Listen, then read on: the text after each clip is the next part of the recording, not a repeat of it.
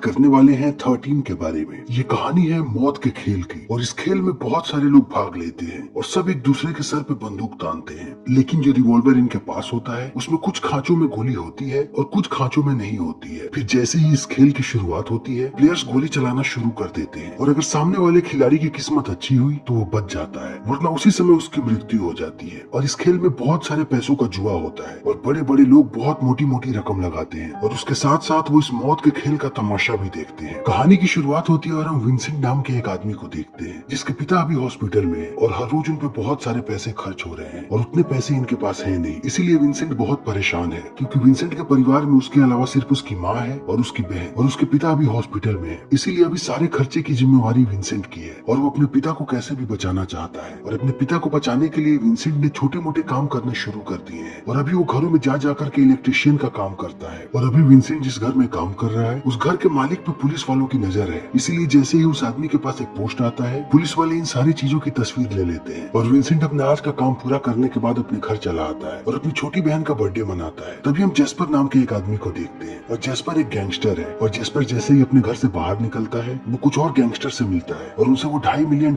उधार लेता है। तभी हम विंसेंट को देखते हैं जो फिर से अपने मालिक के घर पे काम कर रहा है। तभी वो अपने मालिक को बात करते हुए सुनता है और वो बात करते हैं कि उनके पास जल्दी ही बहुत सारे पैसे आने वाले हैं और यहाँ पे इस आदमी के पास एक लिफाफा होता है और वो बार बार इसी लिफाफे के बारे में बात कर रहा होता है। और इस चीज को देख के विंसेंट समझ जाता है कि पैसों का कनेक्शन जरूर इस लिफाफे के साथ है और इन सारी चीजों को देखने के बाद विंसेंट अपने काम पे लग जाता है। तभी वो आदमी ड्रग्स लेता है और ड्रग्स के ओवरडोज की वजह से मर जाता है और अब सारे लोग उस आदमी को देखने लगते हैं और विंसेंट इस चीज का फायदा उठाता है और वो चुपके से उस लिफाफे को चुरा लेता है और यहाँ से निकल जाता है। और वो जैसे उस लिफाफे को खोलता है उसे एक और कुरियर के बारे में पता लगता है, इसीलिए विंसेंट उस कुरियर को लेने जाता है। लेकिन उस कुरियर को देने के लिए उसे अपना आईडी कार्ड दिखाना पड़ता है और अपने आईडी की डिटेल्स भी देनी पड़ती है। लेकिन आईडी दिखाने के बाद उसे कुरियर मिल जाता है और वो जैसे ही कुरियर को खोलता है उसे अंदर $500 मिलते हैं और उसके साथ साथ एक मोबाइल और यहाँ पे एक संदेश भी होता है जिसमें लिखा होता है कि अब इसे न्यूयॉर्क आना है और न्यूयॉर्क आने के बाद वो अपने मोबाइल फोन को ऑन करेगा, तब उसे आगे की जानकारी दी जाएगी कि आगे उसे क्या करना है। और विंसेंट अब जाने के लिए तैयार हो जाता है। तभी पुलिस वाले पहुंचते हैं उस महिला के घर पे, लेकिन उन्हें वहाँ कुछ भी नहीं मिलता। लेकिन उस मरे हुए आदमी की बीवी बता देती है कि उस लेटर में एक कुरियर के बारे में लिखा हुआ था, इसीलिए पुलिस वाले पहुंचते हैं उस कुरियर वाले के पास और वहाँ से उन्हें विंसेंट के बारे में पता लग जाता है। तभी हम देखते हैं कि विंसेंट न्यूयॉर्क के लिए निकल पड़ा है और वो जल्दी ही न्यूयॉर्क भी पहुंच जाता है और यहाँ आते ही वो फोन को ऑन करता है। तभी उसे फोन पे एक कॉल आता है और अब ये लोग विंसेंट को भेजते हैं एक सेफ के पास और विंसेंट जैसे उस सेफ को खोलता है उसे अंदर कुछ और जानकारियां मिलती है और यहाँ पे विंसेंट को 13 नंबर का एक बैच भी मिलता है और उसके साथ साथ यहाँ पे ये भी लिखा होता है कि विंसेंट को अब कहाँ पे जाना है। इसीलिए अब विंसेंट आगे निकल जाता है और वो एक रेलवे स्टेशन पे उतरता है और वहाँ से एक टैक्सी लेता है और टैक्सी लेने के बाद एक वीरान जगह पे आकर के रुक जाता है और वो टैक्सी वाला वहाँ से चला जाता है। तभी थोड़ी देर के बाद यहाँ पे आकर के एक गाड़ी रुकती है और वो लोग विंसेंट को बैच दिखाने के लिए कहते हैं और विंसेंट जैसे ही 13 नंबर का बैच दिखाता है वो आदमी उसे गाड़ी में बैठा करके ले जाता है। तभी पुलिस वाले भी विंसेंट का पीछा करते हुए रेलवे स्टेशन पे आ जाते हैं और वहाँ पे उन्हें वो टैक्सी वाला मिलता है। फिर टैक्सी वाला उन्हें उसी वीरान जगह पे लाता है जहाँ पे उसने विंसेंट को छोड़ा था, लेकिन अब यहाँ पे कोई भी नहीं होता। तभी हम विंसेंट को देखते हैं जिसे वो आदमी एक अजीब सी जगह पे लेकर के गया है और विंसेंट को यहाँ पे और भी बहुत सारे लोग मिलते हैं और अब वो विंसेंट की तलाशी लेने लगते हैं। वो सबसे पहले उसे अपने जूते उतारने के लिए कहते हैं और वो उसके जूते को नीचे से तोड़ने लगते हैं क्योंकि वो चेक कर रहे होते हैं कि कहीं यहाँ पे कोई ट्रांसमीटर तो नहीं। और उसके साथ साथ वो विंसेंट के सारे कपड़े उतरवा देते हैं और वो हर जगह को देख करके पुष्टि करते हैं कि कहीं विंसेंट ने कुछ छुपा तो नहीं रखा। लेकिन सब कुछ देखने के बाद उन्हें तसल्ली हो जाती है कि विंसेंट के पास कुछ भी नहीं है, इसीलिए अभी लोग विंसेंट को अंदर ले जाते हैं। तभी हम देखते हैं कि इस जगह पे बहुत सारे लोग आ रहे हैं और ये सारे अमीर लोग हैं और सबके हाथों में बैग्स हैं और इसमें बहुत सारे पैसे हैं। और यहाँ पे हम जेस्पर को भी देखते हैं जो अपने $2.5 मिलियन के साथ यहाँ पे आया है। तभी यहाँ विंसेंट के पास 2 लोग आते हैं और यहाँ आते ही वो आदमी विंसेंट से पूछता है कि तुम कौन हो, तुम वो आदमी नहीं हो जिसे मैंने बुलाया था। और अब विंसेंट इन्हें पूरी सच्चाई बताता है